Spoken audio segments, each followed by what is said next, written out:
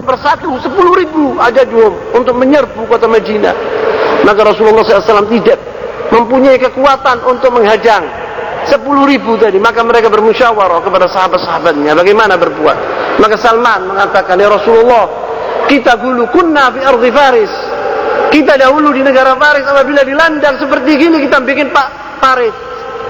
Maka Rasulullah membuat parit atas, yaitu sarannya Salman Al-Farisi radhiyallahu taala anhu. Cerita ini, cerita Salman, perjalanan Salman yang mana dari negara Persia sampai Madinah bertahun-tahun dia mencari kebenaran sampai dia mendapatkan hidayah dari Allah Subhanahu wa taala. Ini menunjukkan kepada kita banyak hal-hal yang yang perlu direnungkan oleh seorang talibul ilm, oleh seorang muslim. Jadi at-tariqu ila Allah, orang menuju ke jalan Allah itu bukan mudah. Bagaimana, seperti mana yang diperbuat oleh Salman. Nanti insyaallah saya akan ceritakan bagaimana. Saya mau kupas omongan-omongan Salman satu persatu itu. Di sini di kitab Al-Imam Ibn Qayyim, muridnya Syekhul Islam bin Taimiyah yang bernama Fawaidul Fawaid, dia mengupas tentang masalah sejarah Salman. Rasulullah SAW, kita telah mengetahui bagaimana cintanya Rasulullah SAW kepada pamannya Abi Talib. Abi Talib yang mana dahulu melindungi Rasulullah SAW sebagai benteng Rasulullah SAW yang kokoh. Rasulullah SAW menyintai Abi Talib, sangat menyintainya. Bahkan Abu Talib menyintai Rasulullah lebih dari anak-anaknya. Orang-orang Quraisy dahulu waktu di zaman Abu Talib masih hidup tidak berani mengganggu Rasulullah SAW. Rasulullah SAW menginginkan Abu Talib itu mengatakan 2 kalimat syahadat, tetapi tidak. Abu Talib mati dalam keadaan kafir. Seakan-akan Allah mengatakan kepada Rasulullah SAW, ya Muhammad, anta turidu Abu Talib wa nahnu nuridu Salman. Seakan-akan Allah mengatakan kepada Sayyidina Rasulullah SAW, engkau ya Muhammad mengijam-ijamkan bahwa yang akan mendapatkan hidayah itu adalah Abu Talib, tetapi saya menghendaki Salman. Kata Allah SWT, ya Muhammad anta turidu Abu Talib wa nahnu nuridu Salman. Abu Talib tidak suil an ismihi. Kenapa Allah SWT tidak memberi hidayah kepada Salman, kepada Abi Talib? Karena Abu Talib apabila ditanya siapa namamu, dia mengatakan Abdi Manaf, hamba Abdi Manaf. Manaf itu adalah berhala, nama berhala. Wa idzan tusiba iftakhara bil aba. Apabila ditanya siapa keturunanmu wahai Abu Talib, saya adalah anaknya Abdul Muttalib ibni Hisham, ibni Hashim, ibni Abdi Manaf, ibn bangga dia. Wa idza dzukiratil amwal addal ibil. Apabila ditanya bagaimana hartamu, berapa hartamu, dihitung sama dia. Unta-untanya ribuan. Wa Salman idza su'ila an ismihi. Tapi Salman apabila ditanya, lihat sederhananya Salman, padahal dia orang kaya raya Salman ini. Apabila ditanya siapa namamu, dia mengatakan Abdullahi, namaku hamba Allah. Wa an-nasabihi, keturunanmu siapa? Qala ibnul islami, saya anaknya Islam. Yaqul izin ana ibnul Islam, saya anaknya Islam. Yaftakhir bi islami, bangga dengan Islamnya. Wa an mali, berapa hartamu wahai Salman? Qala al-faqr, fakir, tidak punya apa-apa Salman. Wa an hanuti, tokonya apa? Tokomu jualan apa itu di tokomu wahai Salman? Qala al-masjid, tokoku masjid. Dia mengatakan demikian. Wa an kasbihi, bagaimana engkau kerja? Bagaimana engkau bisa makan? As-sabr, sabar, kata Salman. Wa an libasihi, pakaianmu apa Salman? Qala at-taqwa wa at-tawadhu, takwa kepada Allah dan tawadhu. Wa an wisadihi, bantalmu apa ya Salman engkau tidur? Qala as-sahar, qiyamul lail, tidak tidur Salman. Qiyamul lail, ya'budullah. Fursanun bin nahar, rahbanun bil lail. Apabila tiba waktu pagi dia berjuang di jalan Allah Subhanahu wa taala. Apabila tiba malam dia sujud ruku' kepada Allah Subhanahu wa taala. As-sahar. Wa al-fakhri. Apabila ditanya, engkau bangga apa ya Salman? Apa yang kau banggakan wahai Salman? Qala Salmanu minna ahlul bait. Salman al-Farisi itu dari negara Persia, tidak punya keturunan, dia di Madinah. Semua orang punya bangsa. Apabila datang wafat, pernah datang wafat dari Yaman, dari ini, disuruh ini kelompok ahli Yaman, ini kelompok sini, ini kabilat ini, Salman sendirian. Sahabat bertanya kepada Rasulullah, ya Rasulullah, Salman bersama siapa? Katanya Ali bin Abi Thalib, Salman minna ahlul bait. Salman bersamaku, ahlul bait. Wa an qasdi. Apabila ditanya, apa tujuanmu wahai Salman di dunia ini? Qala yuriduna wajha. Menginginkan wajah Allah. Wa an sayrihi, perjalanannya qala ilal jannah, ke surga. Wa an dalili fi tariq, siapa yang bersamamu di perjalanan itu, yang menunjukkan engkau jalan itu siapa? Qala imamul khalqi wa hadil ummah, yaitu Rasulullah SAW. Itu Salman al-Farisi.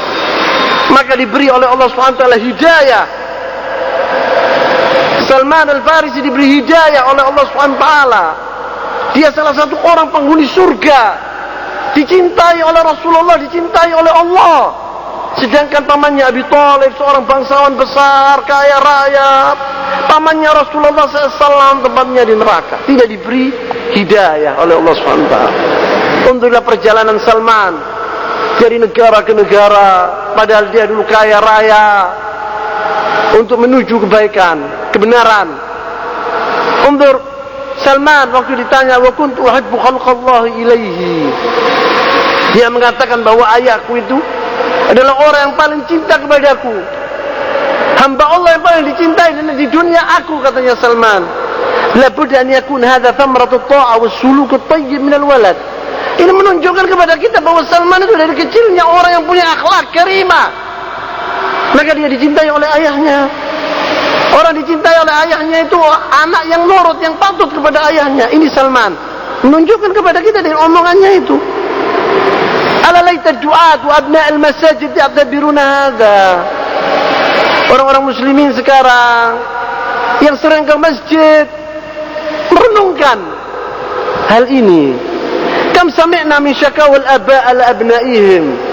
Betapa kita mendengar, katanya Husain Awaisyah ini mengupas omongan-omongan tadi, apa yang dikatakan oleh cerita tadi, hadis-hadis tadi yang diceritakan oleh Salman.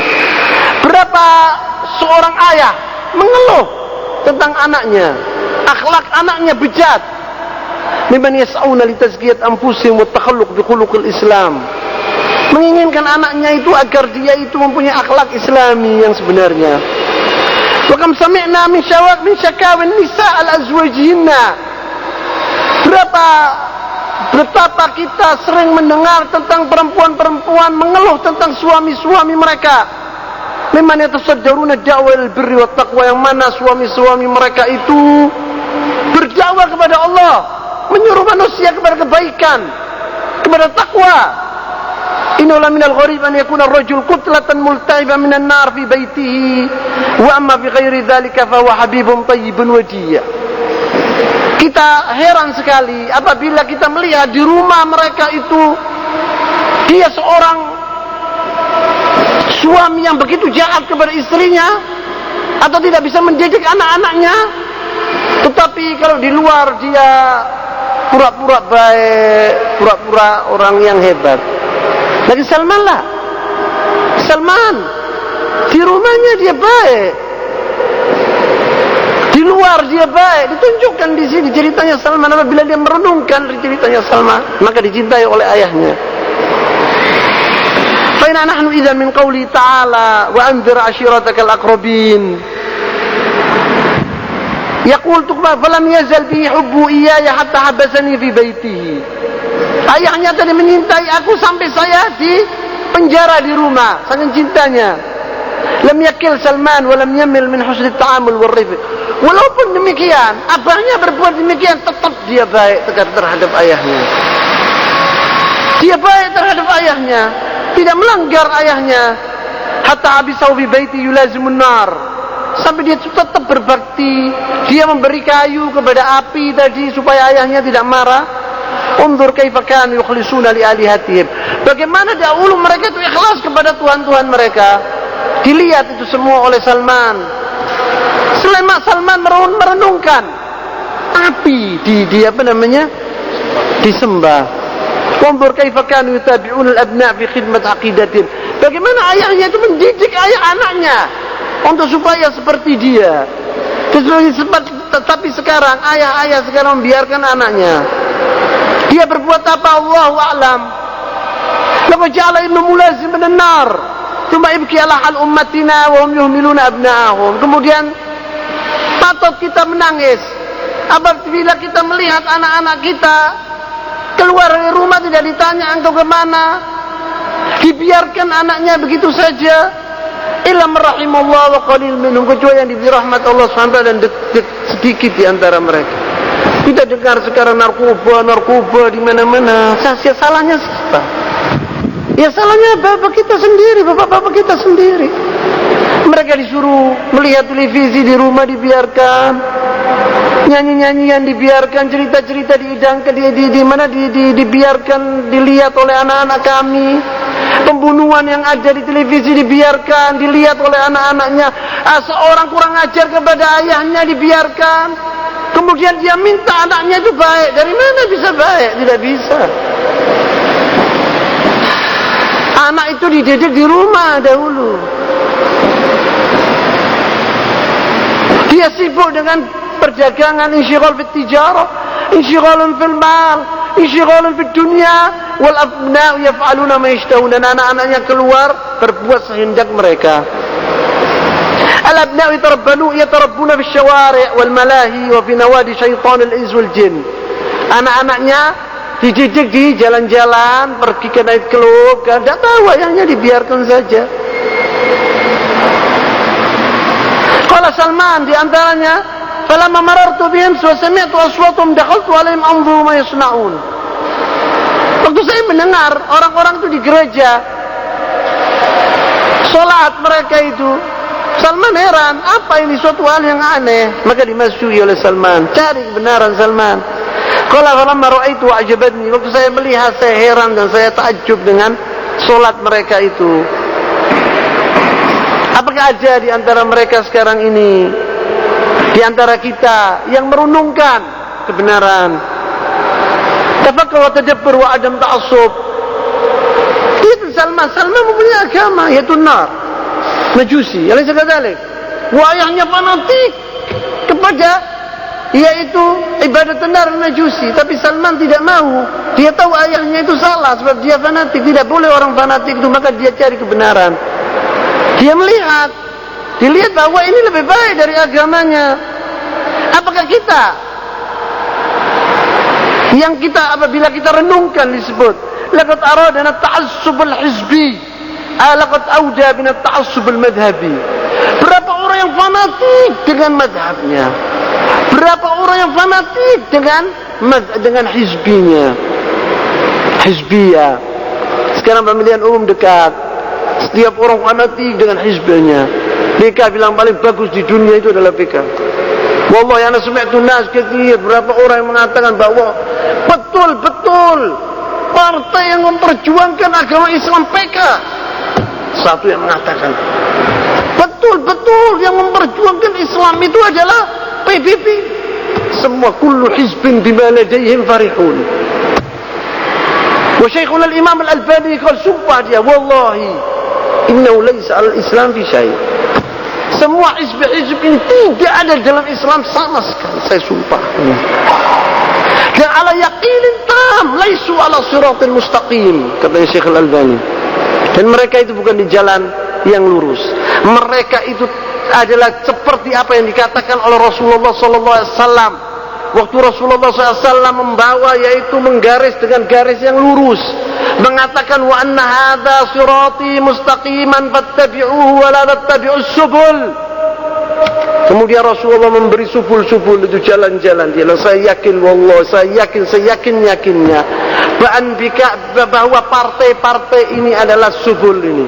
Bahwa setiap jalan di situ ada syaitan yang mengajak mereka untuk untuk mengikuti mereka. Kata Syekh Al-Albani, Al-Imam Rajul Rabbani, dia tidak mengatakan begitu saja. Katanya seorang alim itu harus direnungkan. Dia mengatakan, akid, saya pasti yakin bahwa hizib-hizib itu adalah jalan-jalan yang diberi oleh Rasulullah SAW, garis-garis yang sesat-sesat itu. Setiap jalan itu ada di situ syaitan nongkrong di situ, mengajak mereka kepada kesesatan. Ini disebut, kalau mereka tidak muta'assib, Salman ghair muta'assib, cari kebenaran Salman. Karena ta'assub itu, karena orang muta'assib itu bisa membutakan seorang, jadi buta seorang itu. Sawa itu ta'assub li hizbihi, ta'assub li madhabihi, ta'assub li syaikhihi, itu dia buta. Nahnu la nata'assub ila li Rasulillah sallallahu alaihi wasallam imamil huda. Kita tidak lalu ta'assub, tidak fanatik kita kepada siapapun kecuali kepada Rasulullah sallallahu alaihi wasallam. La nata'assub ila al-Qur'an, wa la nata'assub ila li sunnatillah, li sunnati Rasulullah sallallahu alaihi wasallam as-sahihah. Wa la nata'assub li rajul ila Rasulillah sallallahu alaihi wasallam. Semua orang bisa salah, bisa benar kecuali Rasulullah sallallahu alaihi wasallam. Ini yang sebenarnya. Maka Salman, kenapa kau diberi hidayah oleh Allah SWT? Karena dia tidak muta'assib. Al-insan muta'assib tidak akan diberi hidayah oleh Allah SWT. Tidak akan. Illa man rahima rabbuk. Wallahi. Kenapa orang asi, orang yang berbuat maksiat itu bisa bertaubat kepada Allah SWT? Karena dia tahu kalau dirinya itu salah. Orang yang berzina, orang yang syubul khamr, orang yang berbuat perbuatan yang keji, dia tahu dirinya itu salah. Tanya kepada orang perampok besar, ente betul tak perbuatanmu itu, dibilang aku salah. Tidak ada satupun yang mengatakan aku benar. Alaysa kadzalik. Dan dia minta mohon ampun kepada Allah SWT. Tahu dia kalau perbuatan itu salah, tapi sahibul bid'ah mengatakan bahwa dirinya yang benar. Bagaimana kalau benar akan taubat? Maka babul bid'ah, bab taubah buat orang sahibul bid'ah itu tertutup. Illa man rahima rabbuk. Karena muta'assib dia. Ana benar kok. Bagaimana ana benar mau tobat? Ada orang sekarang itu bilang, sekolah orang hizbi dia. Kau bilang, ya akhi, hadza laysa min al-Islam fi syai'. Rasulullah SAW nahana an dzalik. Wa laysa hadza min manhaj Rasulullah SAW, wala manhaj as-sahabah, wala manhaj al-tabi'in. Wa kadzalik at-ta'assub al-madhhabi. Ini fanatik dengan Syafi'iyah, ini fanatik dengan Hanbaliyah. Tidak jalan Allah SWT itu. Mereka fanatik dengan hal itu. Apakah orang itu mau dengan nasihatimu? Tidak mau. Illa man rahima rabbuk, wallahi. Dia akan mengatakan bahwa ini adalah yang baik. Di Pakistan sana sama Afghanistan, wallahi kullu yawm hakadha. Duduk itu kalam. Itu apa tahiyat hakadha? Satu orang tahiyat hakadha dituklek. Ada laisa min madhhab al-Hanafiyah yaqul. Kullu yawm yatadarabun. Berkelahi.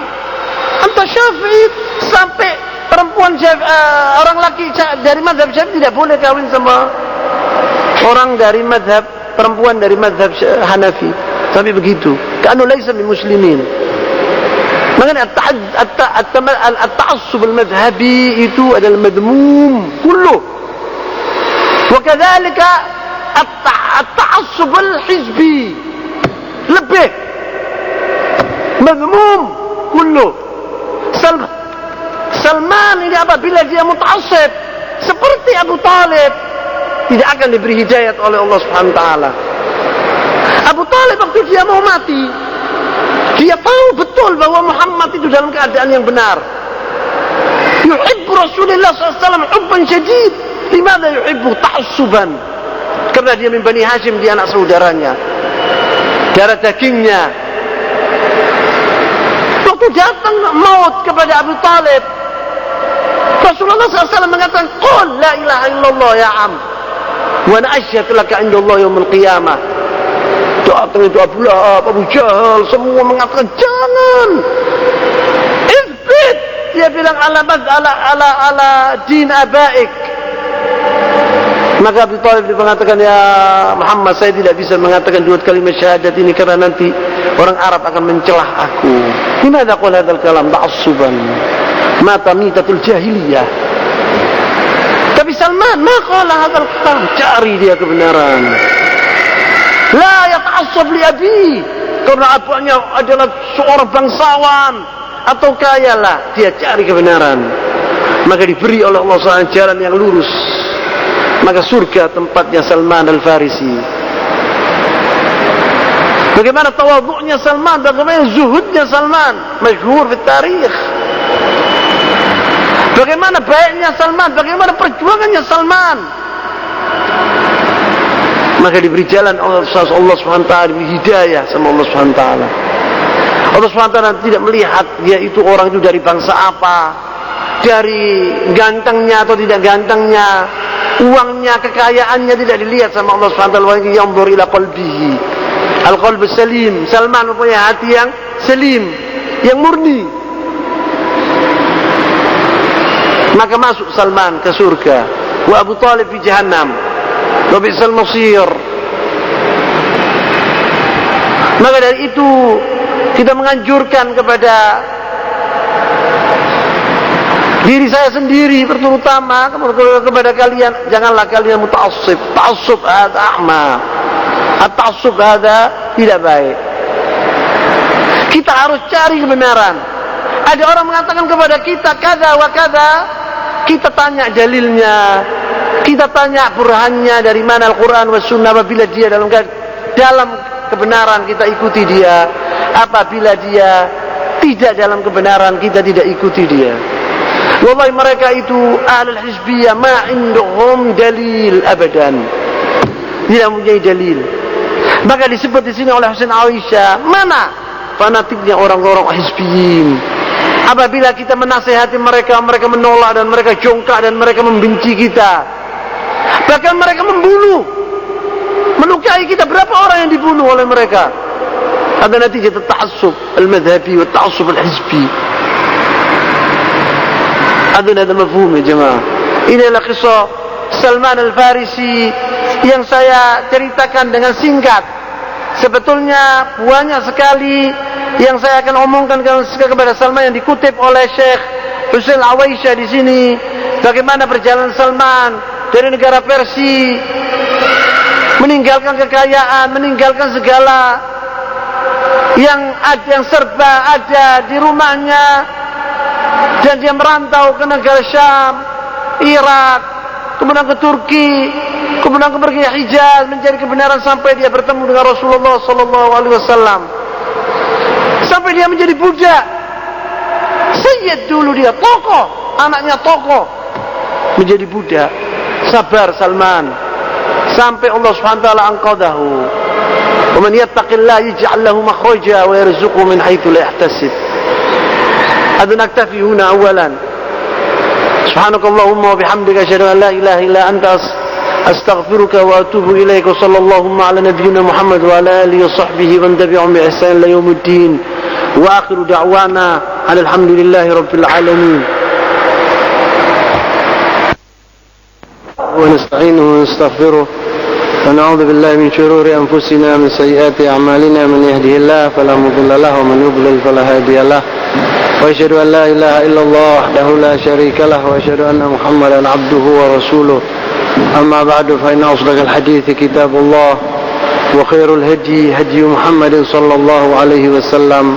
شر الأمور محدثاتها وكل محدثة بدعة وكل بدعة ضلالة وكل ضلالة في النار. أما بعد إخواني في الله,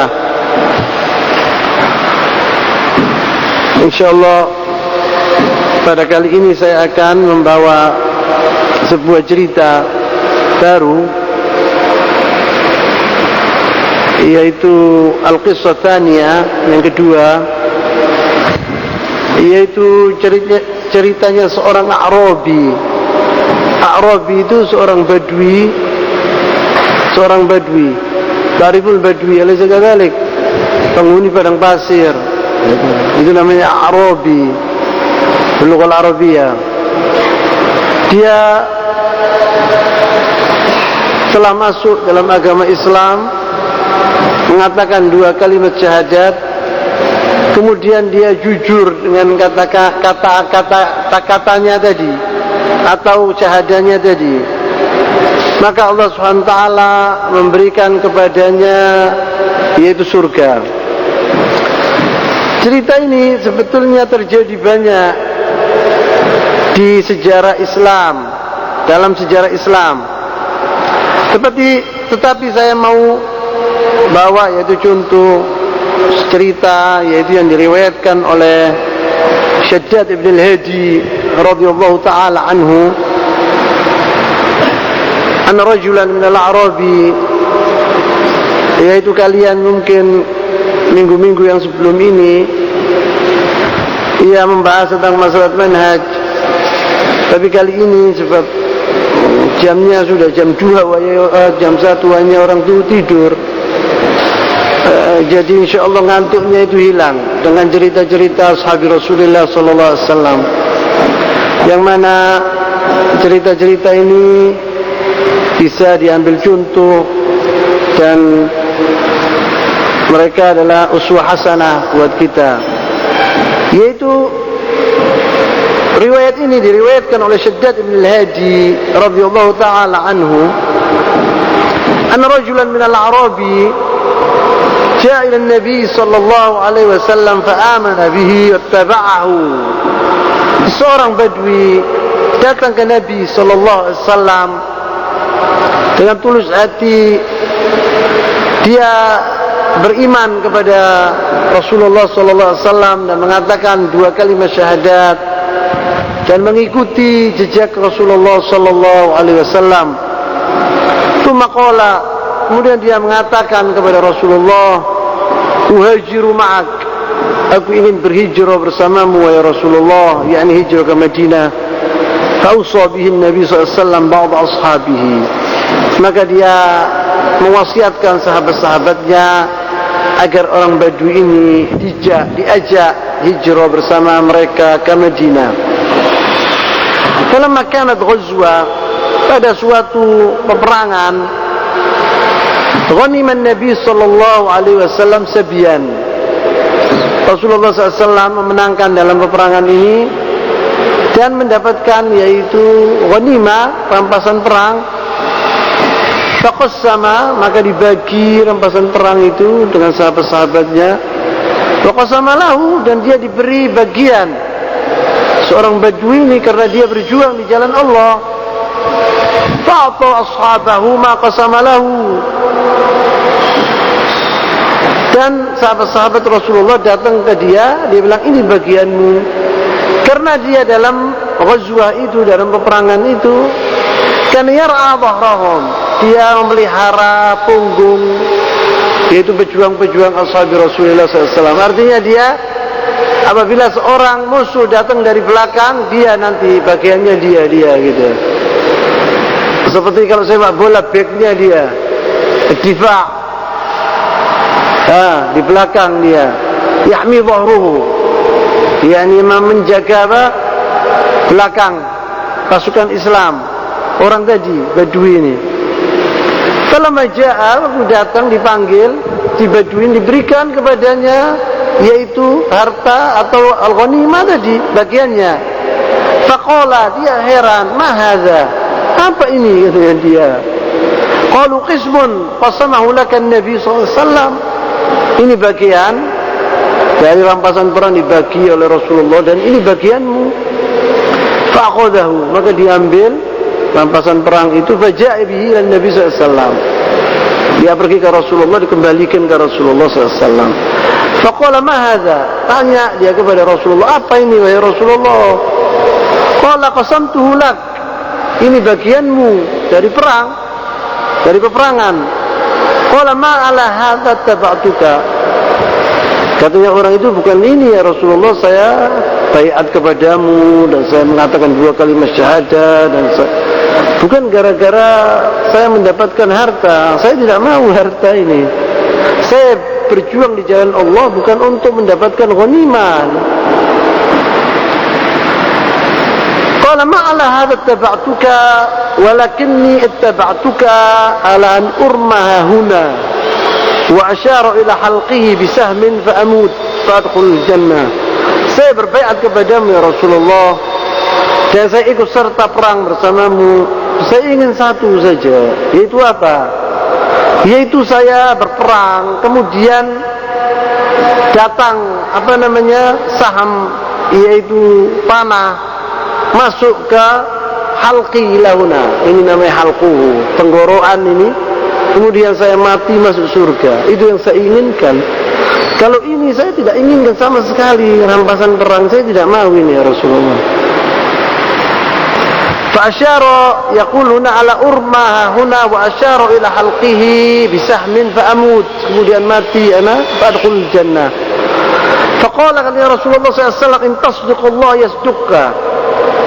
Apabila omonganmu itu benar, katanya Rasulullah SAW, Allah SWT akan mengabulkan permintaanmu itu.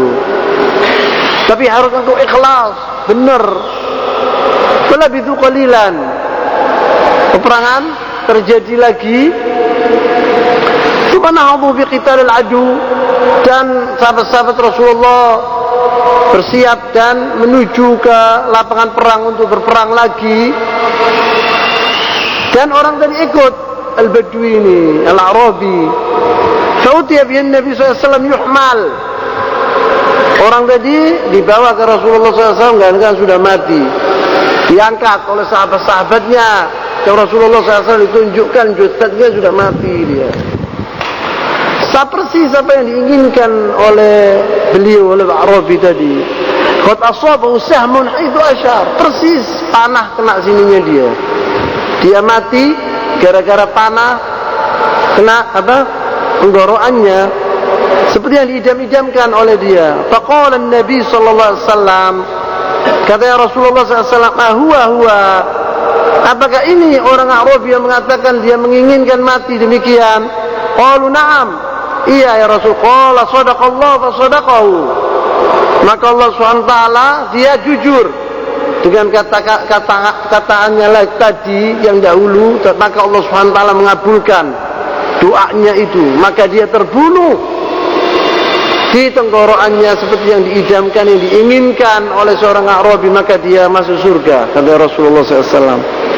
Maka kafanahu Nabi sallallahu alaihi wasallam fi jubbatin Nabi sallallahu alaihi wasallam. Kemudian Nabi SAW mengeluarkan jubahnya.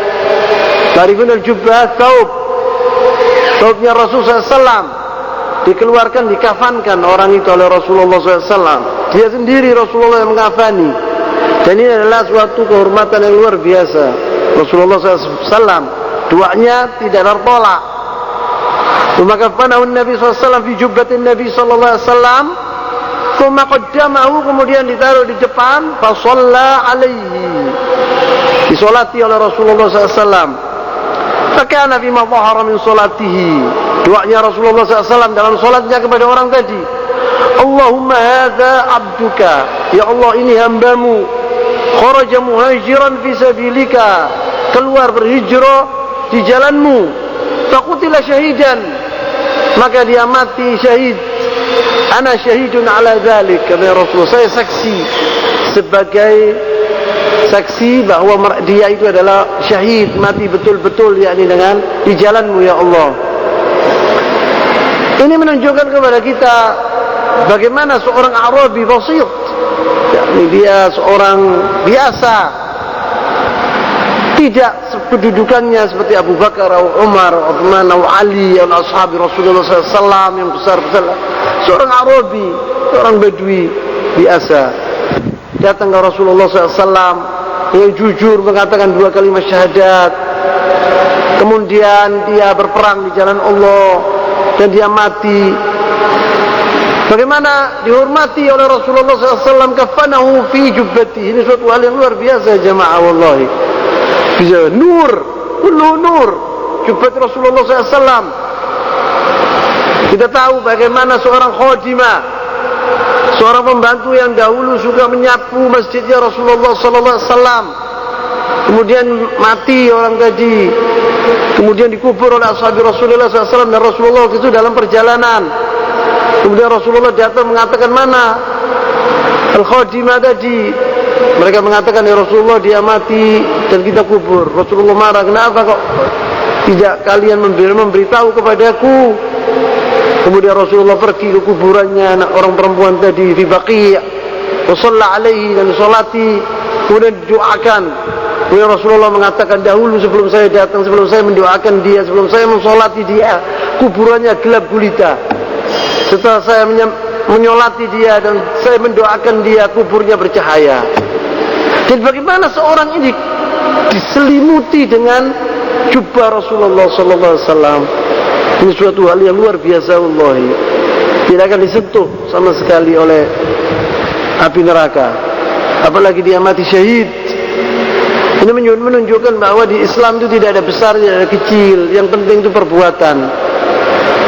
Disebut di sini, ana rajulan minal Arab, yakni seorang Badui, rajul minal Arab, lam yudhkar ismuhu ala safahatil kutub. Tidak disebut namanya sama sekali, tidak terkenal orang ini sama sekali. Walakinnahu madhkur 'inda Allah subhanahu, tetapi dia disebut oleh Allah Subhanahu wa taala, namanya besar 'inda Allah Subhanahu wa taala.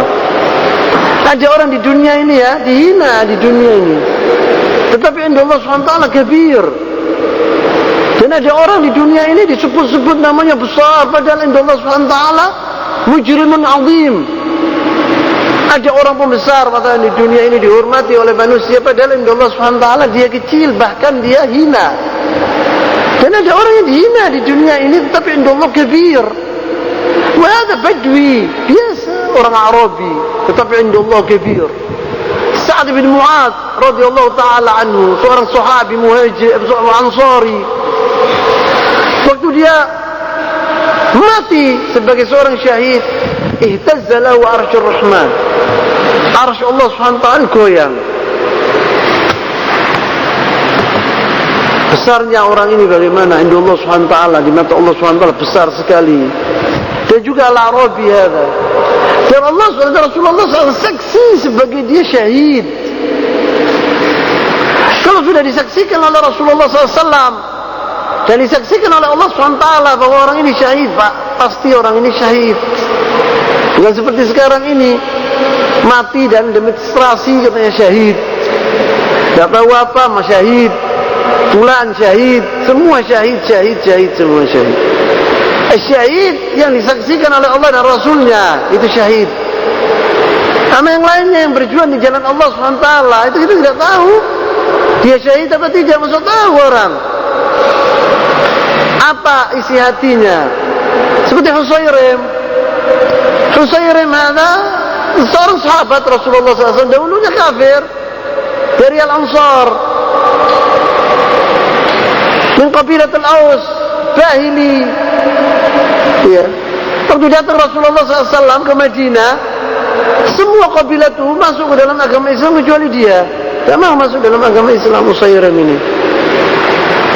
Tapi dahulu dia tidak pernah mengganggu Rasulullah SAW. Terus dia tidak mau masuk dalam agama Islam.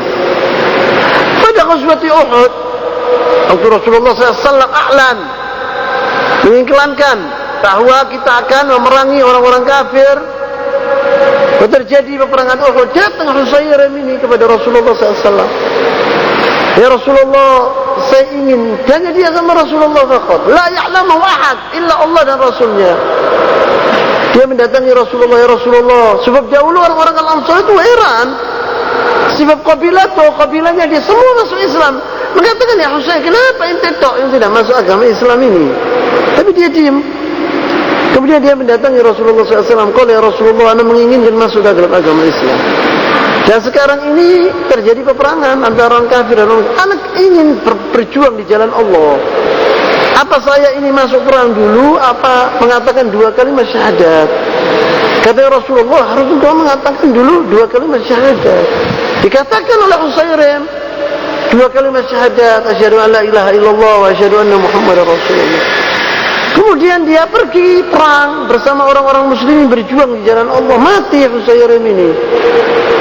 Waktu dia terbunuh, sebelum mati di sakaratul maut, datang keluarganya, yaitu yang Bani Bahili, itu datang melihat minal aus, minal ansar, melihat siapa yang mati di antara keluarga mereka. Dilihat Usairim ini dalam keadaan sakaratul maut. Mereka mengatakan, ya Usairim, engkau di sini kenapa? Berjuang untuk siapa? Kalau demi Allah saya berjuang untuk Allah. Mati dia. Maka pergi ashabu pikir Rasulullah SAW, ya Rasulullah, Usairim mati ya Rasulullah. Katanya dia berjuang di jalan Allah. Waktu kita tanya, dia itu di surga atau di neraka ya Rasulullah? Fi al-jannati atau fi nar? Qala Rasul sallallahu alaihi wasallam fil jannati. Iran ashabu itu lam yasjud illa wala raka'ah wahidah, belum pernah salat, belum pernah sujud, belum pernah ruku, sama sekali Usairim. Begitu dia mengatakan asyhadu an la ilaha illallah wa asyhadu anna Muhammadar Rasulullah, mengangkat pedangnya, berjuang, mati, belum sempat salat. Ya Rasulullah, belum pernah salat, belum pernah ruku, belum pernah sujud. Usairim ini. Kata Rasulullah, huwa fil jannati, dia di surga. Kata Rasulullah SAW, amila qalilan wa ujiru kathiro. Dia berbuat qalil, sedikit, tetapi dapat pahala besar. Karena ikhlasnya, hati yang tulus. Dia mukhlis, mengatakan 2 kalimat syahadat itu. Kemudian dia berjuang di jalan Allah dengan ikhlas, maka dia di surga. Siapa yang mengatakan dia di surga? Rasulullah SAW. Dari mana Rasulullah SAW tahu? Dari Allah, dari wahyu. Maka Usairim pasti di surga.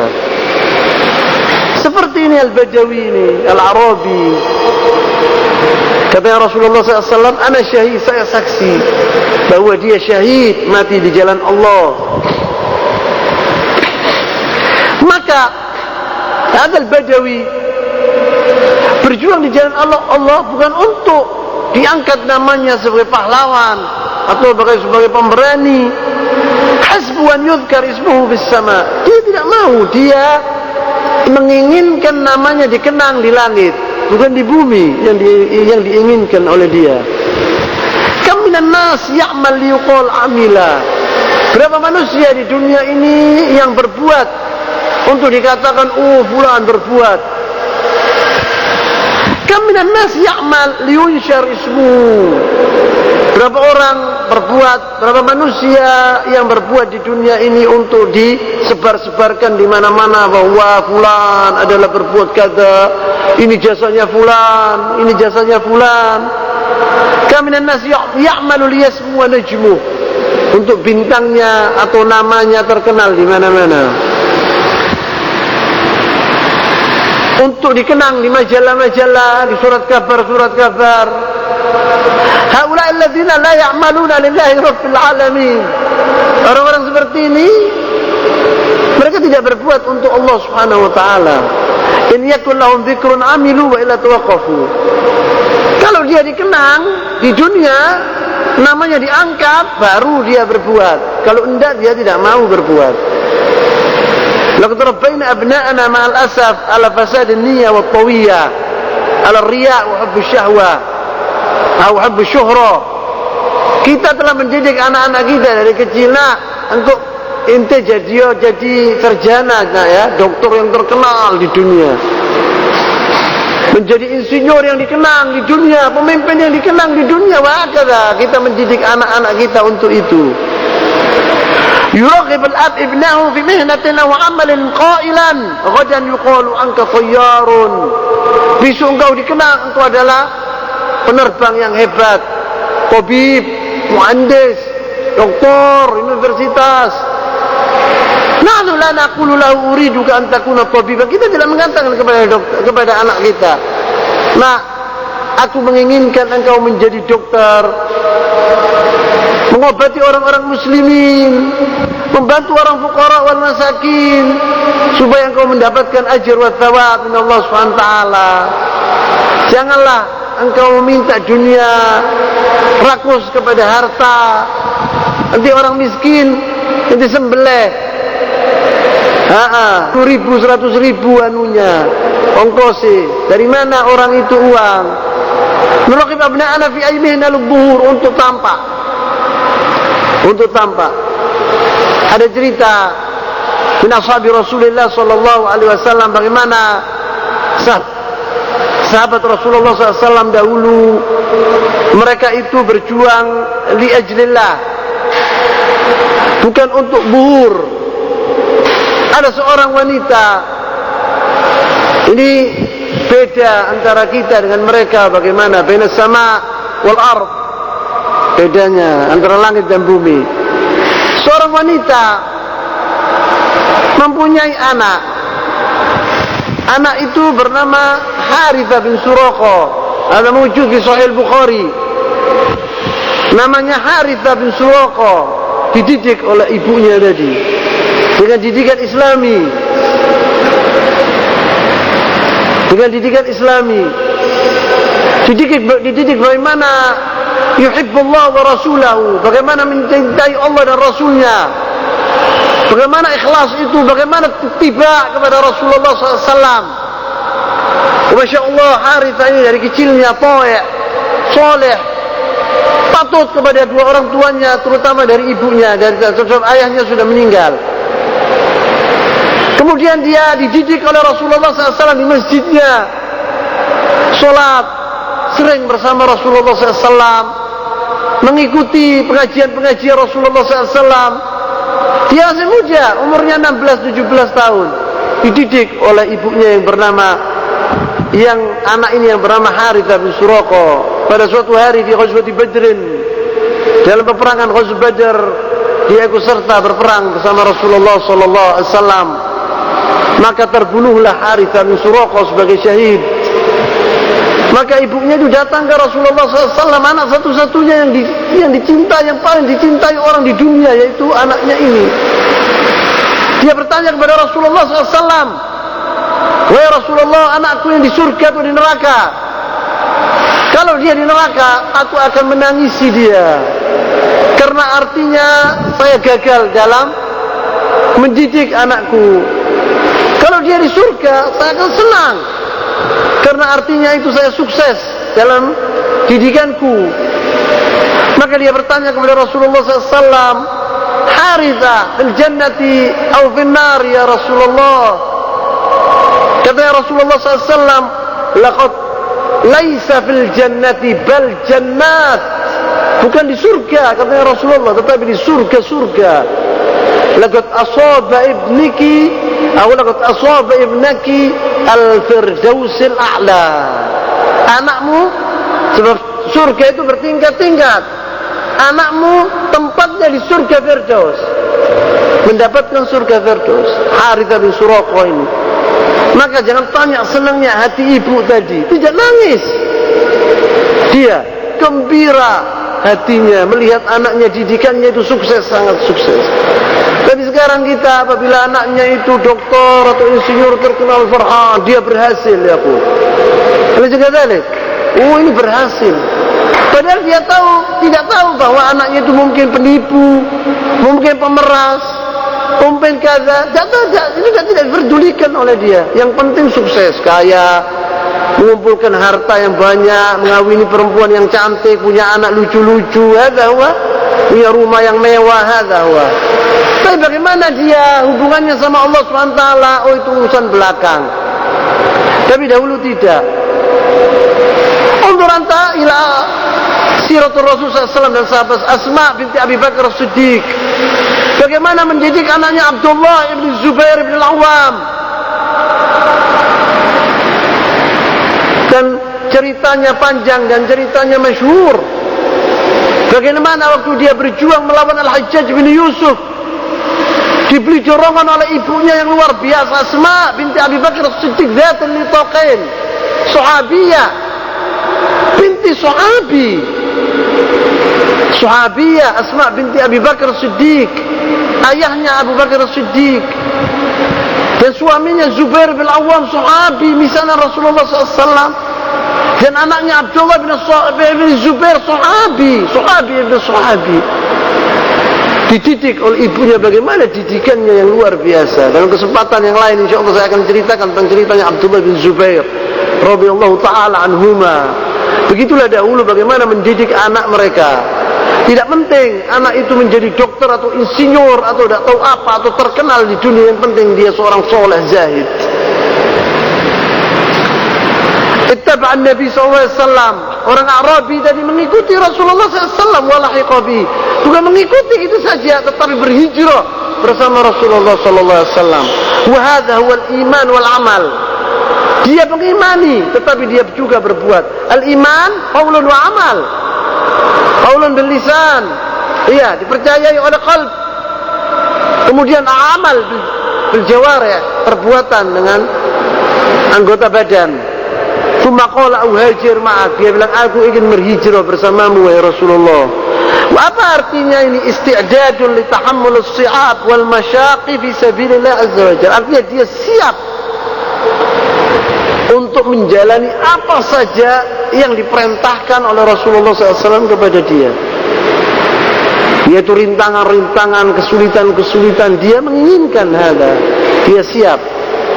Bukan seorang ingin surga tapi duduk nyenyak di istana, tidak ada. Fausa bin Nabi SAW ba'da ashabi. Lihat kasih sayangnya Rasulullah SAW kepada orang tadi.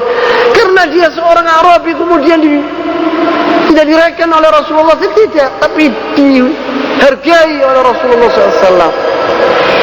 Dia mengatakan kepada sahabat-sahabatnya, tolong orang ini bawa ke Madinah, suruh berhijrah bersama kalian. Kemudian waktu dapat ghanimah, Rasulullah SAW tidak lupa dengan orang tadi, diberikan dengan adil. Orang tadi diberi apa? Bagiannya, tidak dizalimi. Imanun wa ittiba'un wa hijratun wa jihad. Diambil semua oleh orang ini. Iman, dia punya iman dan ittiba' kepada Rasulullah SAW, hijrah. Kemudian dia hijrah dan jihad. Dia ikut jihad bersama Rasulullah SAW. Ini berarti bahwa orang tadi itu betul-betul yakni menginginkan surga. Dia itu waktu baiat kepada Rasulullah SAW, dia tidak menginginkan dunia. Dia menginginkan apa? Yaitu surga Allah SWT yang dijanjikan oleh Allah dan Rasulnya. Karena dia bertanya, kalau saya iman kepadamu wahai Rasulullah, kemudian saya berjihad, saya mati, saya mau dapat apa? Engkau akan dapat surga. Yaitu yang diinginkan oleh dia, oleh beliau, dan ini yang diinginkan oleh ashabi Rasulullah sallallahu alaihi wasallam. Seperti Abu Ayyub Al-Ansari, waktu dia ditanya oleh Rasulullah SAW, wahai Abu Ayyub, taman, apa yang kau inginkan? Saya akan mendoakan engkau kepada Allah SWT, pasti Allah akan mengabulkan doaku. Kata Abu Ayyub Al-Ansari, saya tidak menginginkan apa-apa kecuali syahid, mati syahid di jalan Allah ya Rasulullah. Sampai dia dikabulkan doanya dan dia mati di sebuah peperangan, yaitu di Rhodes. Rhodes itu jazirah di Eropa al-an, dekat dengan Cyprus, dan dia dikubur sekarang di Istanbul. Mati dan dikabulkan doanya oleh Rasulullah SAW. Itu yang diinginkan oleh Abu Ayyub Al-Ansari. Tidak dia menginginkan kekayaan, tidak. Maka dari itu Haram ibn Mulhan waktu dibunuh oleh seorang Arabi, dia disuruh oleh Rasulullah SAW membawa surat kepada suatu kabilah min qabail Arab. Kemudian waktu diberikan kepada kabilah tadi, ditusuk, dikhianati, dia ditusuk dari belakang oleh tentara kepala kabilah tadi. Apa katanya Mulhan ibn Haram waktu dia melihat, Haram ibn Mulhan waktu melihat pedang itu, dilihat sudah tertusuk dari belakangnya ke wahruhu ila bagaimana depannya sini begini. Dia mengatakan fuztu wa rabbul Ka'bah, saya menang demi Allah, saya telah sukses, yakni dia farhan jiddan masrur, senang sekali, gembira waktu dilihat bahwa tusukan itu mematikan dirinya, dia akan mendapatkan surga. Ini mereka yang diidam-idamkan oleh mereka. Maka sahabat-sahabat Rasulullah, Bilal bin Rabah, kita akan apabila kita membaca sejarahnya Abdullah bin Mas'ud waktu mereka itu dalam sakaratul maut, Abu Dzar Al-Ghifari waktu ditanya oleh istrinya, dia mati di tengah-tengah jalan, tidak ada orang sama sekali. Dia menangis istrinya, bagaimana nanti ini? Dari mana kafannya? Dari mana? Katanya Abu Dzar Al-Ghifari, jangan takut wahai amatullah, Allah SWT akan menolong aku. Aku dengar Rasulullah SAW berkata bahwa Abu Dzar Al-Ghifari nanti akan mati di tengah jalan dan akan ditolong oleh gerombolan, dan gerombolan ini akan yakni orang ahli surga. Kemudian betul apa yang dikatakan oleh Abu Dzar Al-Ghifari, datanglah orang jamaah di antaranya yaitu Abdullah bin Mas'ud. Waktu mereka melihat Abu Dzar Al-Ghifari fi sakaratul maut, qala hadza Abu Dzar, hadza sahabiyun. Kemudian ditolong dan dikubur. Karena Abu Dzar waktu dia fi sakaratul maut, ghadan alqil ahibba Muhammadan wa sahbah. Besok saya akan ketemu dengan sahabat-sahabatku Muhammad dan teman-temannya. Itu yang diidam-idamkan oleh ashabi Rasulullah sallallahu alaihi wasallam. Ya, ini yang diinginkan oleh Al-Arabi. Dia tidak menginginkan harta, tidak menginginkan nama, tidak menginginkan untuk dipuji, tetapi dia menginginkan yaitu diridhoi oleh Allah Subhanahu wa taala. Saya tutup di sini dulu. Lebih baik insyaallah kalau ada pertanyaan-pertanyaan saya akan jawab. Subhanakallahumma wa bihamdika asyhadu an la ilaha illa anta astaghfiruka wa atubu ilaik. Sallallahu ala nabiyyina Muhammad wa ala alihi wa sahbihi wasallam. Wa akhiru da'wana alhamdulillahi rabbil alamin.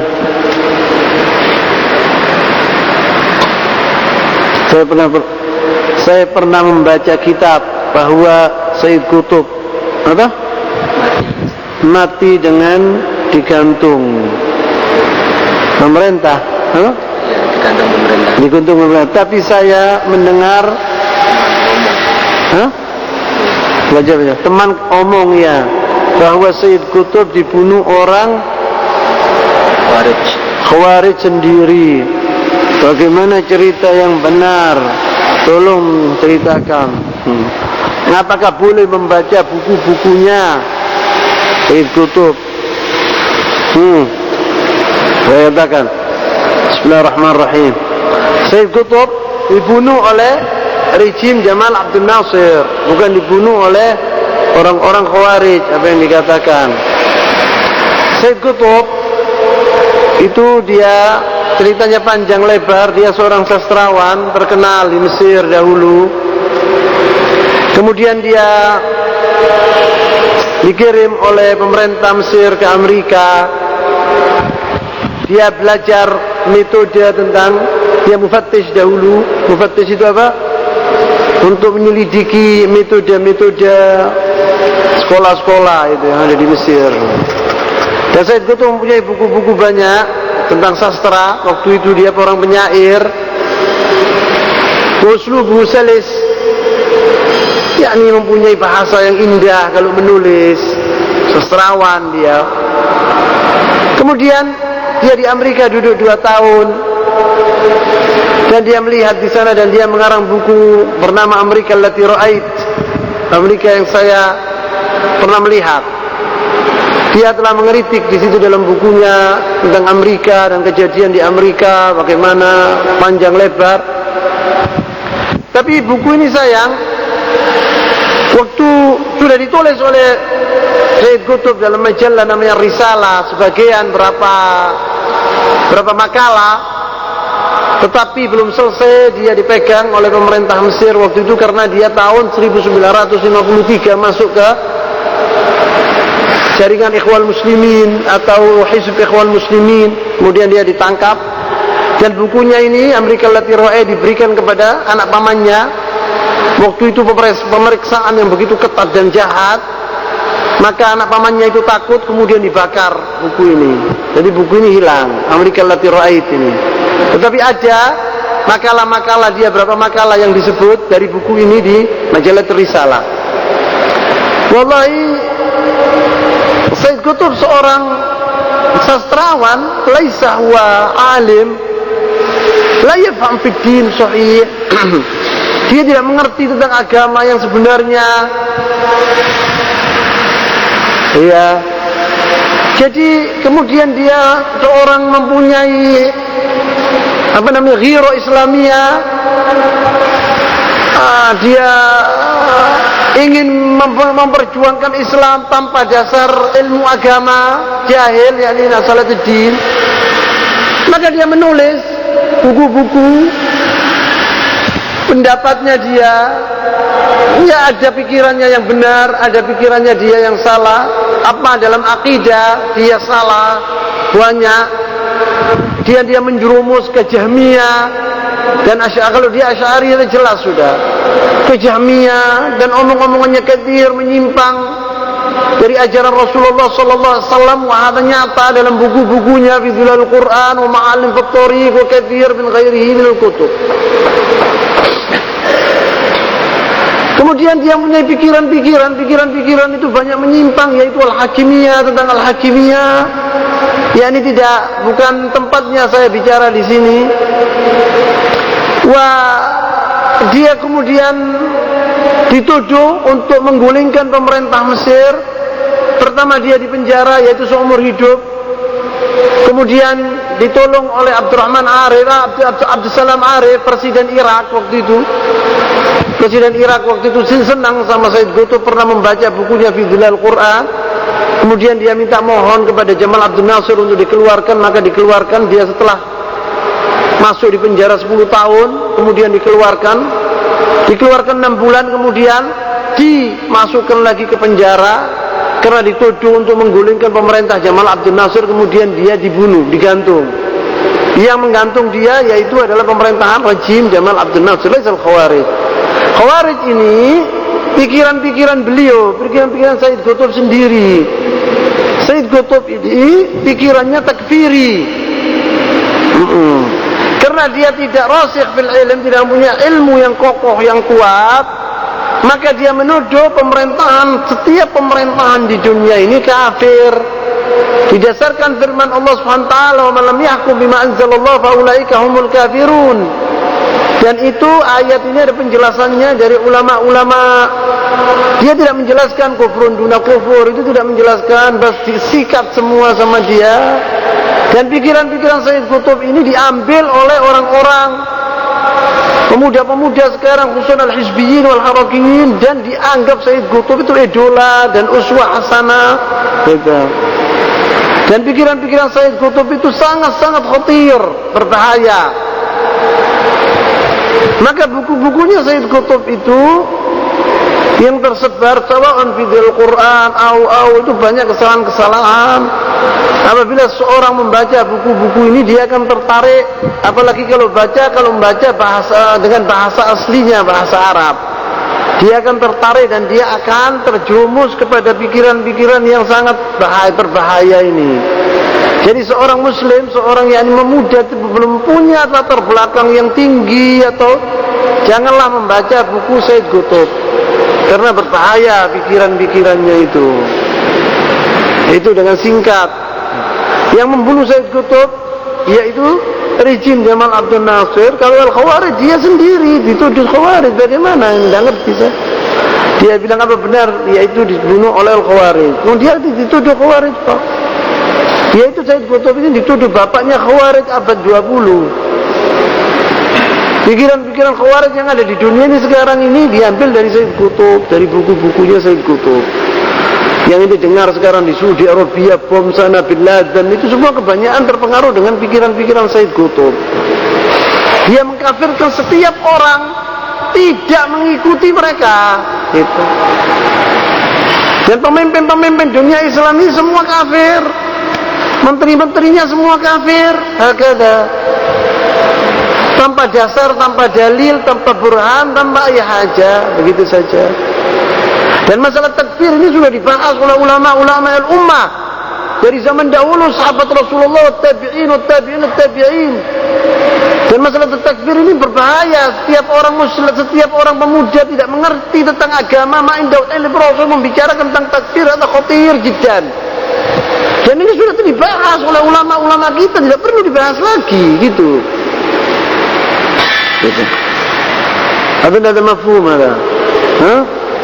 Apa ada pertanyaan tentang masalah ini lagi sebelum kita pindah ke pertanyaan yang kedua?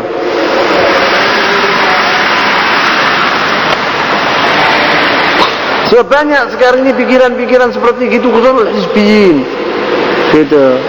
Pemerintah ini kafir, pemerintah ini kafir, wahada mamnu. Tidak boleh kita mengkafirkan kecuali yang dikafirkan oleh Allah dan Rasulnya. Atau kufur bawah, atau nyata sudah kufurnya itu sudah. Dan itu ada qawaid. Al-ulama wada'u qawaid wa dawabit.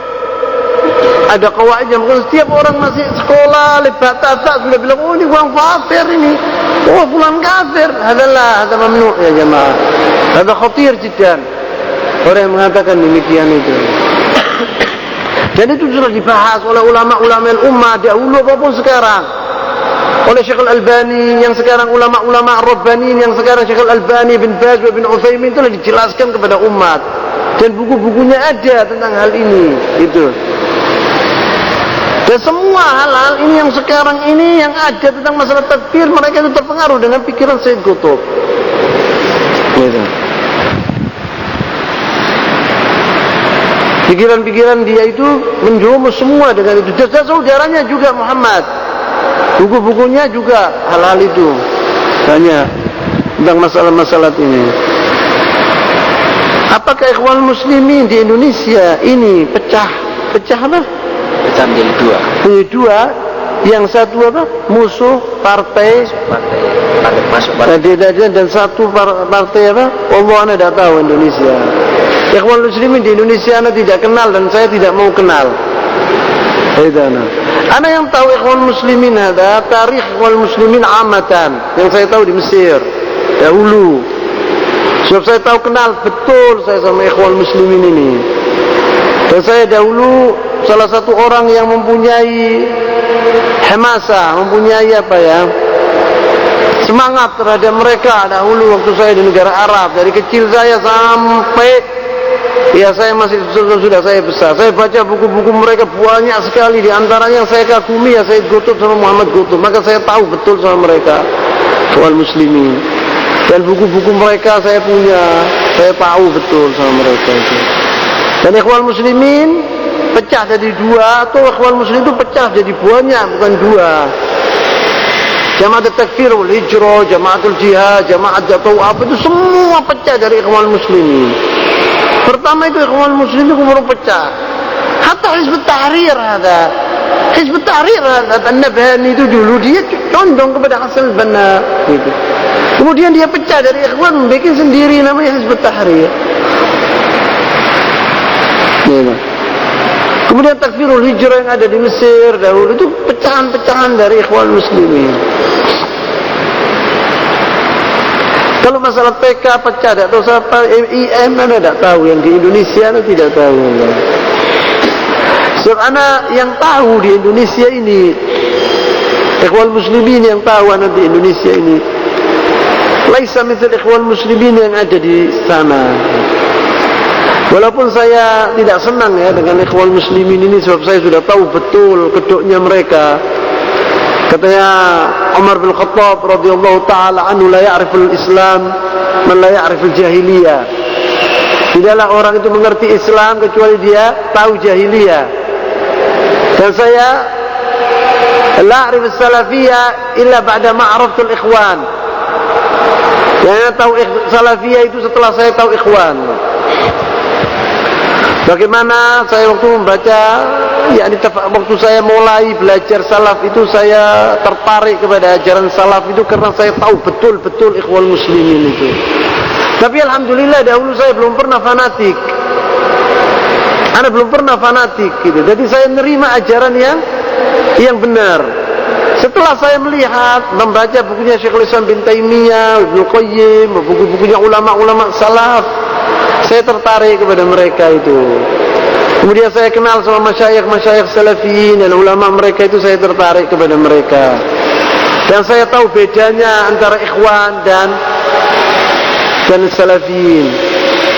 Dan akidah mereka dan manhaj mereka saya tahu betul-betul, dan saya tahu mana yang baik di antara mereka itu, ikhwan atau salafiyin.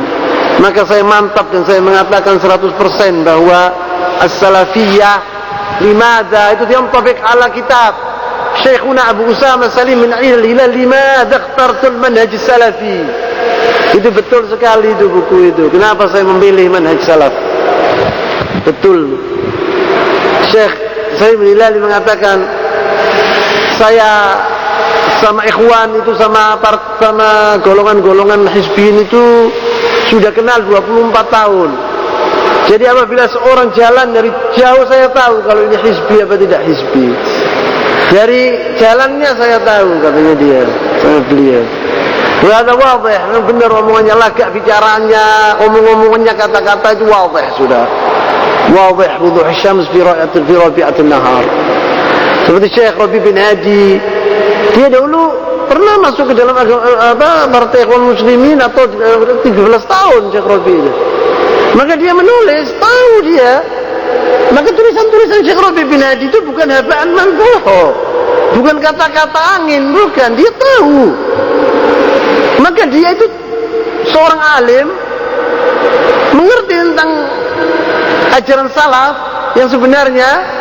Kemudian dia mengerti tentang ikhwan, maka dia tahu betul kesalahan-kesalahan mereka itu. Apa yang dikatakan oleh Syekh Rabi bin Hadi, wa ainus shawab, itu yang benar. Itu yang benar apa yang dikatakan oleh Syekh Rabi bin Hadi tentang buku-bukunya Sayyid Qutb atau yang lain-lainnya. Itu benar, wallahi benar. Yakni an khibro. Dia bicara itu apa namanya? Betul-betul pengalaman. Ana pernah duduk di tempatnya dia, di rumahnya. Saya sama Ustaz Yazid Jawad di Ramadan. Mengikuti pengajiannya dia, ada 70 orang waktu itu mahasiswa dari seluruh dunia. Datang ada dari Perancis, yang ada yang dari Jazair, dari Maroko, dari Yaman. Di rumahnya Syekh Rabi bin Hadi itu ditanya, dia bicara. Saya wallahi tidak mengatakan diri saya mengerti. Saya baca dari dulu betul-betul ikhwan, tahu betul saya ikhwan. Apa yang dikatakan oleh Syekh Rabi bin Hadi semua benar. Wallahi semua benar. Yakhruj min fami nur. Keluar dari mulutnya Syekh Rabi itu cahaya, wallahi, kebenaran, cahaya kebenaran, wallahi, tentang ikhwan muslimin. Kalau ada orang yang merenungkan betul, yakni disingkirkan yakni fanatiknya dia, dan dia merenungkan omongannya itu betul-betul, wallahi, omongannya semua benar. Dan mereka itu apabila seorang tahu ya tentang ikhwan dan masalah apa, mengaji atau membaca buku-buku mereka itu, apa yang dikatakan oleh Syekh Rabi bin Hadi itu betul. Dan juga apa yang dikatakan oleh Syekhuna Salim bin Al-Hilal dalam bukunya Al-Jama'at Al-Islamiyah fi Dha'il Kitab Sunnah bimafhum salaful ummah, itu wallahi kitab ra'i' jamil. Itu bagus itu buku. Benar itu buku itu. Saya mengatakan benar sebab saya sudah tahu gitu. Sebab saya ada pengalaman, sudah tahu saya. Apa yang dikatakan oleh yang pembela ikhwan, wallahi tidak benar sama sekali, dan omongannya kosong belaka. Tidak benar. Paham? Bisa. Apa? Bisa baca. Bacakan Anda.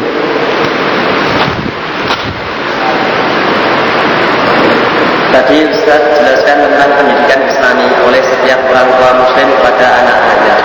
Soalnya, bila hal-hal tersebut telah diusahakan oleh orang tua dengan dimasukkan ke pondok pesantren, dinasihati, dicontohi, ternyata anaknya semakin dewasa malah menjauhi dari pemahaman agamanya, bahkan sering menentang ibu bapaknya bila ditegur. Lantas bagaimana nasihat Ustaz terhadap peristiwa tersebut di atas? Saya pesail ada yang bertanya tidak nyebut pesantrennya gitu. Bukan pesantren itu, bukan setiap pesantren itu mengajarkan akidah salaf. Saya wallahi atakallam bi ajaran salaf ya jemaah. Banyak pesantren-pesantren di dunia ini, bukanlah di Indonesia. Apakah pesantren itu mengajarkan ajaran yang benar apa tidak? Begitu saja. Ya.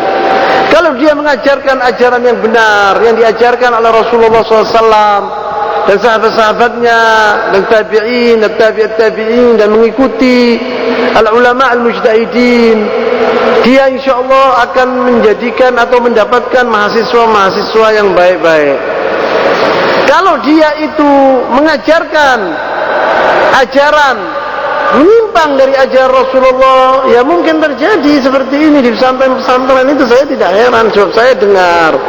Saya terus terang saja, saya tidak tahu masalah pesantren-pesantren di Indonesia, karena saya semenjak saya kecil saya di negara Arab gitu. Saya belum pernah masuk pesantren. Walaupun saya punya pesantren, tapi saya tidak pernah masuk pesantren. Pesantrennya itu apa yang diajarkan, itu yang penting begitu.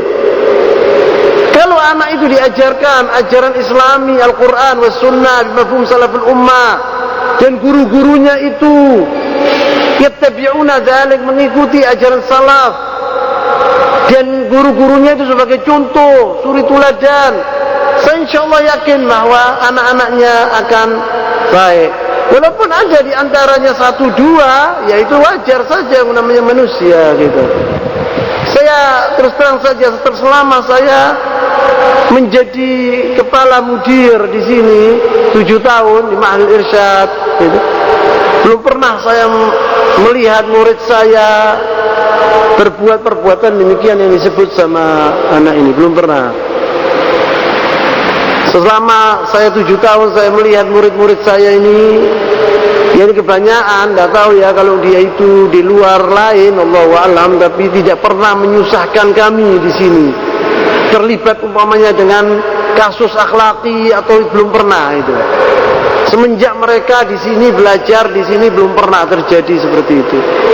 Sebab saya dengar bahwa ada pesantren-pesantren itu yang anak-anaknya belajar di sana rokokan dibiarkan, gambusan, gitaran dibiarkan. Bagaimana dia akan mendapatkan mahasiswa-mahasiswa yang patut kepada orang tuanya? Tidak bisa ya akhi.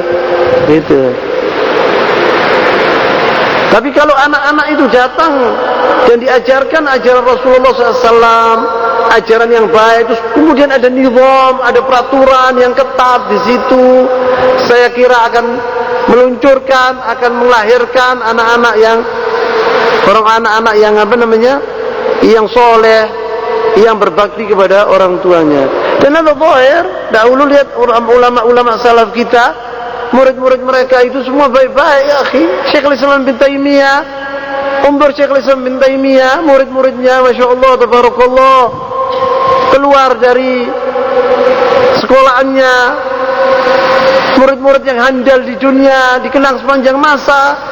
Al-Imam Ibn Katsir, Wal-Imam Ibn Qayyim, Wal-Imam Al-Zahabi, Wal-Imam Abdul Hadi, semua talami Syekhul Islam bin Taimiyah. Katanya Ibn Hajar Al-Asqalani, andai kata Syekhul Islam bin Taimiyah tidak punya buku sama sekali dan tidak punya ketinggalan sama sekali kecuali muridnya yang bernama Ibn Qayyim, cukup. Tidak penting ya banyak. Seorang pesantren mengeluarkan umpamanya tahun ini 8.000 mahasiswa, apa gunanya? Tidak ada gunanya. Melahirkan 1-2 tapi handal, lebih baik dari 1.000 tapi Ghutha'un ka Ghutha' as-sail. Tidak ada gunanya. Maka yang penting itu al-kaif laisa al-kam. Yaitu bagaimana mutunya, bukan banyaknya gitu. Saya melihat di Indonesia senang kalau gitu. Berapa murid Anda? Oh 800, wah bagus. Berapa 1.000 bagus. Ya murid keluarnya bagaimana? Tidak tahu, wallahu a'lam nanti. Wahada lahu laisa bitayyib hada. Satu tapi hebat, lebih baik dari 1.000 tapi tidak ada gunanya sama sekali. Saya kira pesantren-pesantren ini ya gitu, maksud saya begitu. Kurang ajar kepada orang tuanya, kenapa tidak dididik? Gitu. Dia kurang ajar kepada gurunya, dibiarkan. Gitu. Tidak ada peraturan-peraturan yang ketat. Tidak disegani gurunya. Bergurau sama guru-gurunya, rangkul-rangkulan sama guru-gurunya. Tetap Allah fi ihtiram. Di mana seorang mahasiswa atau seorang murid akan menghormati guru? Kalau dia tidak menghormati guru, tidak menghormati orang tua nanti di sana. Pasti. Bagaimana bicara dengan guru, bagaimana duduk di hadapan guru, itu ada. Ulama salaf allamna hakadha, diajari bagaimana cara soal kepada gurunya, bagaimana seorang itu duduk di hadapan guru, itu ada semua. Bagaimana andai kata tanya kepada gurunya. Kalau namanya murid kata, ini di night club, di negara Arab di night club orang gini nih. Wallahi, murid gini dibiarkan.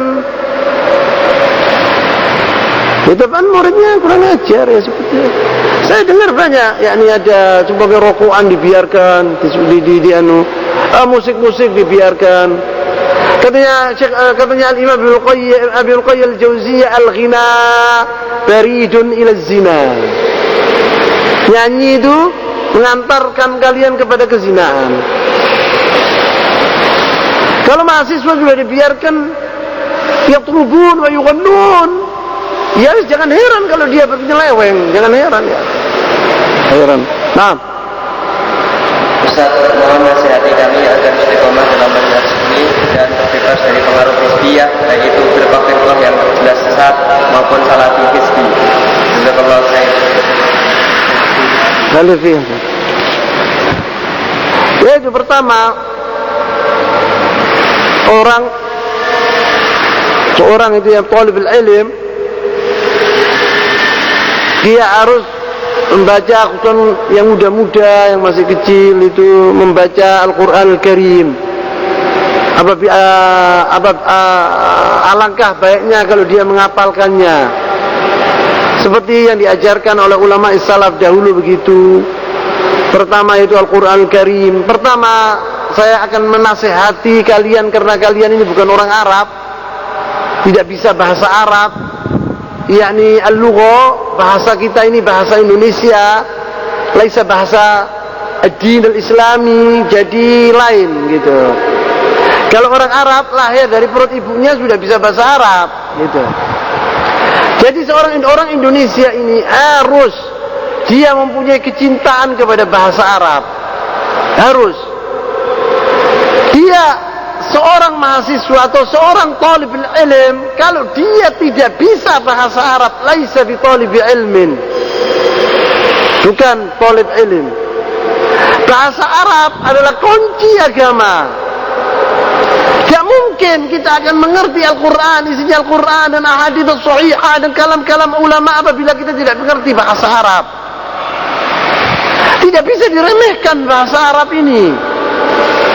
Dan la budda an nafham al-lughah al-arabiyyah fahman jayyida. Mengerti bahasa Arab itu dengan paham yang betul-betul, bukan mengerti alif batata, baca sedikit dah tahu sudah jadi mubaligh atau jadi dai.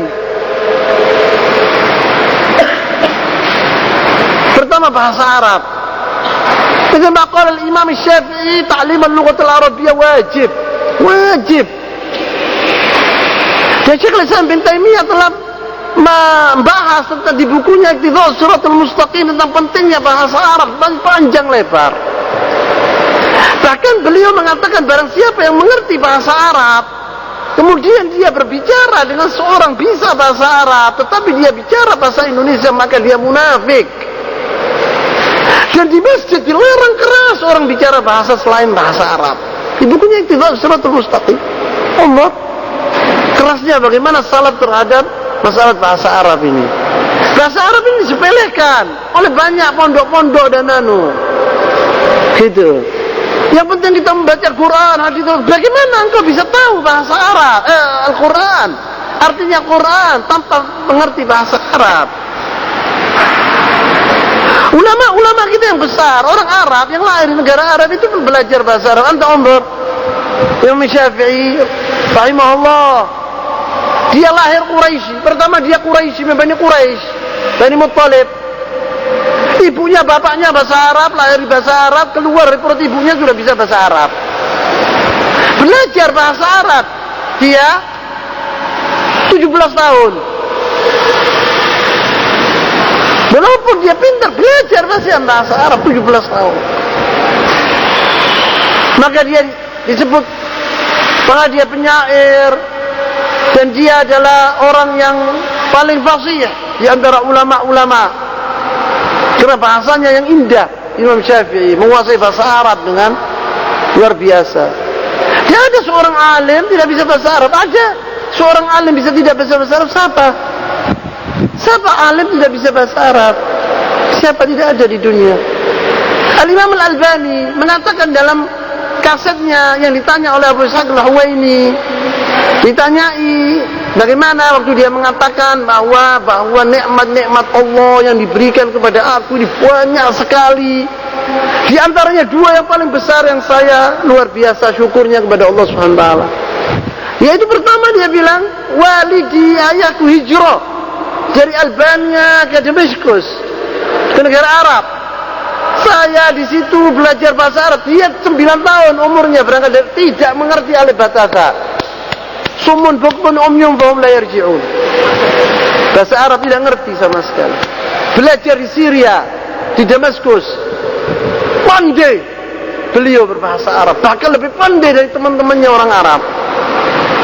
Belajar dia dan baca dengan bahasa Arab. Dia bilang, saya mengerti agama ini dan saya bisa menguasai ilmu hadis dan saya bisa memisahkan antara dhaif dan sahih. Itu karunia Allah yang terbesar buat saya, katanya Syekh Al-Albani. Tidak bisa jemaah seorang itu ngerti agama tanpa bahasa Arab. Tidak bisa, wallahi hadza khayal. Tidak bisa, wallahi. Maka seorang datang ke sini, seorang talib ilm dari Saudi, ditanya, kenapa ya? Oh, kita mendengar bahwa ada orang India itu alim, orang Pakistan alim, orang Afrika dari Shanghai itu alim seperti Syanaqito, haula ulama. Dia bilang karena bahasa Arab. Mereka menguasai bahasa Arab dari kecil, dididik, dicekoi bahasa Arab lebih dari bahasanya sendiri. Mereka menguasai bahasa Arab dengan sebenar-benarnya. Kemudian dia mempelajari ilmu Quran, al-hadis, wa aslul ulama. Tanpa bahasa Arab tidak bisa jemaah. Dr. Ihsan Ilahi Dhahir, ana arifu, ana tahu sama dia. Wallahi la aqulu hadza fakhran. Saya tidak sombong wallahi. Pernah makan di rumah ana, di rumah khali Ihsan Ilahi Dhahir. Wallahi yatakallamu al-arabiyyah kamal ma'. Bicara bahasa Arab seperti air wallahi. Yakhutub kalau dia itu 6 jam tanpa tawakuf, tidak berhenti 6 jam bahasa Arab hakala. Yakhrujul Quran, yahfadzul Quran kamal ma', ahadits nabawiyah kamal ma', wallahi. Belajar bahasa Arab. Dan saya diceritakan sama dia bagaimana dia dididik oleh ayahnya untuk belajarnya. Dari umurnya 8 tahun atau lebih dia sudah hafal Quranul Karim. Dan dia belum pernah belajar di negara Arab kecuali 2 tahun di Madinah. Bas. Kullu belajar di Pakistan dia. Dan alhamdulillah dia bilang, saya mengarang buku saya seluruhnya dengan bahasa Arab. Tidak pernah saya menguasai bahasa Inggris, saya pintar bahasa Inggris, saya pintar bahasa Persia, saya pintar bahasa Urdu, saya tidak menulis kecuali dengan bahasa Arab. Buku-bukunya semua dengan bahasa Arab. Bagaimana seorang talib ilm baca bukunya Syekhul Islam bin Taimiyah, wala Ibnu Qayyim al-Jauziyah? Wallahi mustahil hadza. Bahasanya yang begitu indah, yang begitu sulit akan difahami oleh talib ilm biasa yang bisa alif batasa hadza. Kami baca Ighatsatul Lahfan, lagi Ibnu Qayyim. Ada seorang dulu murid, ya kita kenal gitu loh. Bilang sama ana, Ustaz, ana minjem apa omang bukumu Ighatsatul Lahfan. Ana bilang itu bisa bahasa Arab kah? Dia bilang, ya kita orang lihat lah, kalau bisa sedikit-sedikit. Istobel, mana istobel, kalau tidak tahu. Itu mau baca bukunya, kalau terlafan, akan Ibnu Qayyim, yang tidak ngerti bahasa Arab. Isyahadah ya aku, wallahualam. Maka tidak ada di Indonesia ulama, gara-gara ini dia bilang. Tapi muncul dari India, dari Pakistan, karena mereka itu mempelajari, mendalami bahasa Arab dahulu. Gitu loh. Kalau orang Arab sudah mengerti dia bahasa Arab, gitu. Jadi diajari nahwu sharaf itu biasa hal balaghah. Lebih apa mudah dari kita ini. Kalau kita ini harus mengerti bahasa Arab yang sebenarnya, mendalami bahasa Arab. Kemudian baru kita orang baca buku-buku yang itu. Nah, kemudian baru itu kita membaca buku-buku salaf. Mengerti kita orang gitu. Jangan baca buku-buku hal-hal yang menyimpang dari ajaran Rasulullah SAW. Buku-buku ulama-ulama yang kita hormati. Alladzina yattabi'una sunnat Rasulullah sallallahu alaihi wasallam. Supaya kita tidak terpengaruh dengan pikiran-pikiran yang lain gitu.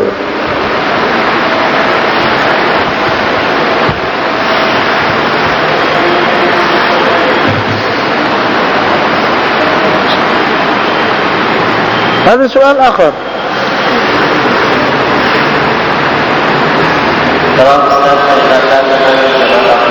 Ya?